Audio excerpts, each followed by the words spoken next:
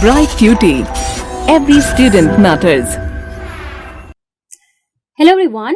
So let's start our next topic here, that is end of Bretton Woods and beginning of globalization. Now students, in your last part you have understood the whole idea of Bretton Woods institutions that were formed after the Second World War. Firstly, we saw that how these nations, the 44 allied nations, they united in the year 1944. They came upon an agreement and they organized, or they made two institutions that was known as Bretton Woods institutions. The first one is IBRD and the second one is IMF. So these 2 points are important here, right? Because now we are going to discuss about the end of Bretton Woods, and now we will talk about the beginning of globalization, the meaning of globalization and its features as well. So here, talking about the end of Bretton Woods, we saw that how these developing nations that were not getting any benefit from these institutions. Why? Because they were being dominated by the colonial power, right? So these developing nations, they demanded for a new international economic order to strengthen themselves, right? To strengthen themselves, and it was known as the group of G77 or G77, right? G77 countries. So here we are seeing that even after the coming up of Bretton Woods institutions and a period of economic stability, because in many Western countries, along with Japan, the unemployment, it fell down by 5%. That we have already learned. But what was happening afterwards? We see that by 1960s, the scenario was again changing. US dollar could not maintain its value in relation to gold. Now you also have learned about the exchange value system, the exchange rates. One was the fixed exchange rate and the second one was the floating exchange rate. We learned about that. So the US dollar, it was not able to maintain its value when it was compared with this gold, the value of gold in the world market. So here what are we seeing? That US that now dominated the basically dominated the world in economic, social, political terms. Now we see that its currency was not able to compete. They were not able to dominate themselves. So this led to the collapse of the system of fixed exchange rates and introduction of floating exchange rates. Definitely you are aware of these two terms because we have already discussed that. Now what are we seeing? That when Bretton Woods institutions were introduced, the system of fixed exchange rates was followed. Now what was that? So the value was fixed and government was going to intervene whenever possible to maintain the value, right? But when we are talking about the floating exchange rate, we see that here the value, it depends, it fluctuates based on the demand and supply of the currency in the global market, and the government cannot intervene in it. So this was the system now being followed, the floating exchange rate.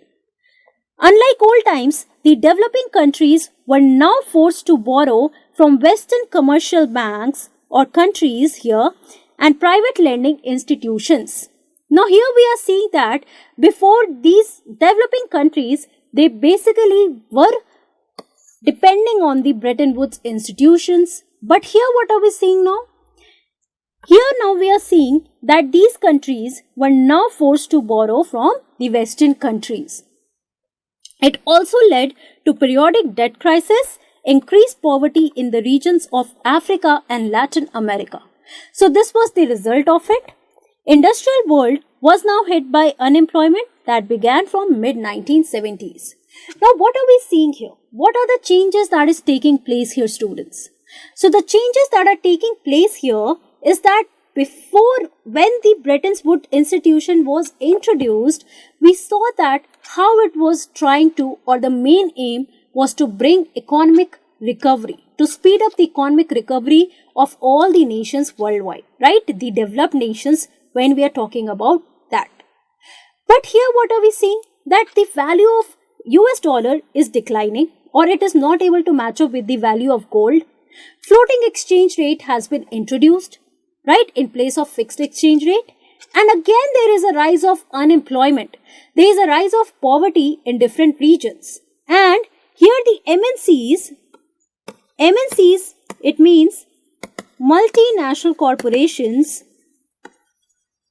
the big companies in Western countries there, they had to shift production operations to low-wage Asian countries. Now, what are these MNCs? Let us try to understand. So, the MNCs, as in the multinational corporations, they are the large companies that operated in several countries at the same time. So, these large companies that was now situated, the headquarters is somewhere else in any Western countries, let's say United States. In United States, XYZ is a MNC.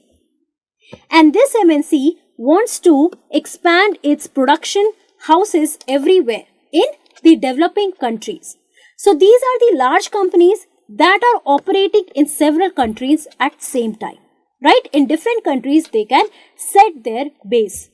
So they have substantial direct investment in foreign countries, right? So there is this foreign direct investment in the foreign countries here of MNCs. Engaged in active management of these overseas assets. Definitely they are now engaged in the overseas assets, overseas properties, or the gains that they are having from these regions. So the first MNCs that were established in the 1920s, but there were many MNCs that came in 1950s and 60s in the United States. Now you see that how the shift is taking place towards globalization, that these companies are now becoming global. They are no more limited to their own country. They are setting their base in several countries and they are trying to expand the whole trade there, right? So this is the global economy that we are going to understand while talking about the rise of globalization all over the world. Now, because of high tariffs imposed, tariff here it means the tax imposed on the imports of goods in any country. Okay? So the tariff was imposed by different governments. MNCs were forced to locate their manufacturing operations to become domestic producers. So basically they were forced to locate their manufacturing operations to become these domestic producers. Why domestic producers? So that they could save themselves from paying this high tariffs. The imports coming from there to different regions, they had to pay high tariffs, high taxes there, right? So this is how MNCs were now growing. Coming to our exercise section here, in multiple choice question we have multinational corporations are foreign companies that flourish in the developing countries, large companies that operate in several countries at the same time, large companies that try to exploit the small companies, West European and Japanese companies which exploit the developing countries. Now, what is the correct answer here? The best possible answer. It is the large companies that operate in several countries at the same time. Correct, students? This is your right answer.